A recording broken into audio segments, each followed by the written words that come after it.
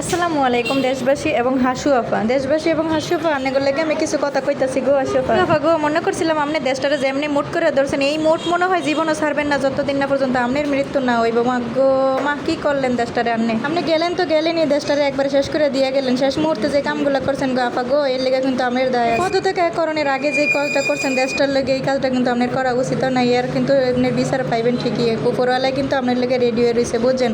আপনি কিন্তু জাহান্নামের প্রথম সিরিয়ালে থাকবেন কিনা জানি না, আমার মনে হয় এরও সাইড ডবল আগের সিরিয়ালে থাকবেন। তো যাই হোক আপা, আনেরটা আপনি বুঝাইলেন, কিন্তু শেষের দিকে আপনি এই কামটা করা কিন্তু উচিত না। বুড়ো বয়সে কথারাই বেড়া ফেরার কারণে যে আপনার এই অবস্থা। আহারে বন্ধুগো, অন্যান্যের লগে আর কি কমু, হাসুফার লাগে একটু মায়াও লাগে। বুড়া বয়সে এমন বেজ্জতি দিয়ে যাবে এটা কিন্তু কল্পনাও করি নাই। যাই হোক হাসুফ, আপনি কই আছেন, কি করতেছেন জানতে চাই। আমার এই অবুজ মনটাই, আমার অবুজ মনটারে কিন্তু থাবড়ে থুবড়ে রাখছে, কোনো রকমে কিন্তু আমি বুঝাইতে পারতেছি না। হ্যাঁ, খালি জানতেই চাই আপনি কই আছেন, কি করেন। কি গো হাসুফা, আনে না সারা জীবন কই আছেন এটা আমার বাপের দেশ, বাপের বাড়ি, বাপের সব কিছু, বাপের এত কিছু থুই আপনি কেমনে গেলেন গা ফলাই? এটা কিন্তু ঠিক হয় না। আপনার বাপের বাড়ি আছিলেন, বাপের দেশে আছিলেন, একটু থাকতেন, এত ফলাই গেলেন কি আর?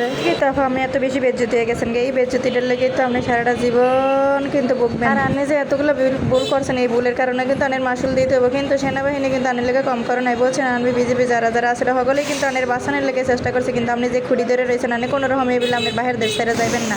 যখন এই সেনাবাহিনী আনের কইছিল যে আনে জানগা তাড়াতাড়ি হাসিও বা আনে কিন্তু দেশ ছেড়ে জানগা, যেভাবে ছাত্ররা আইতে সামনে শেষ করে লেবে, এরপরও কিন্তু আপনি খুঁড়ি ধরে রয়েছেন। তখন আমি কইছিলাম মাতারি মানুষ, মা গো মা, অনেক কঠিন একটা মাতারি মানুষ। এই মাতারি মনে হয় যে যাইতো না, বাহির দেশে থেকেই মরবো। ও মা গো, এরপর কতদিন পরে খবর এলো যে বেডি নাকি বলা গেছে। এটা কোনো কথা? ওখানে তো অনেক গেছেন গে, আপনি যা যা দোষ করছেন, আপনি যা যা গুম করে রাখছেন, যা যা অন্যায়গুলো করছেন, যা যা জমাই রাখছেন, সেগুলো কিন্তু ওখানে সব প্রকাশ পাইতেছে। হাসিওপা আনের জানি কি বিপদ আরো সামনের দিকে চাল্লাই জানে। কি আর করবেন হাসিওপা, বুড়া বয়সে নামাজ কালাম পড়েন, যাইবেন গে, তার কয়দিন আর থাকবেন, বয়স প্রায় শেষ হয়ে গেছে, আর দেশের চিন্তা করে কি করবেন শেষ।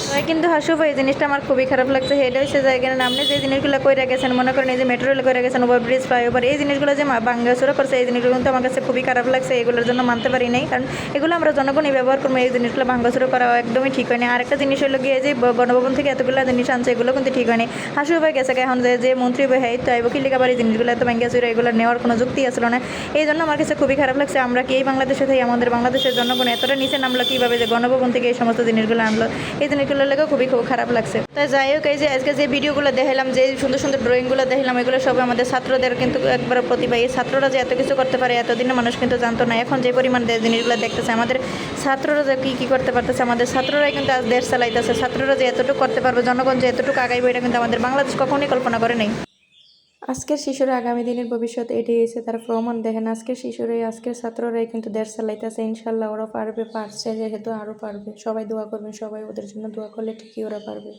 আজকের ভিডিওটা আমি এনে শেষ করে দিলাম। ভিডিও ভালো লাগলে অবশ্যই শেয়ার দিবেন, লাইক করবেন, অবশ্যই কমেন্ট করে পাশে থাকবেন। আজকের মতো আল্লাহ হাফেজ।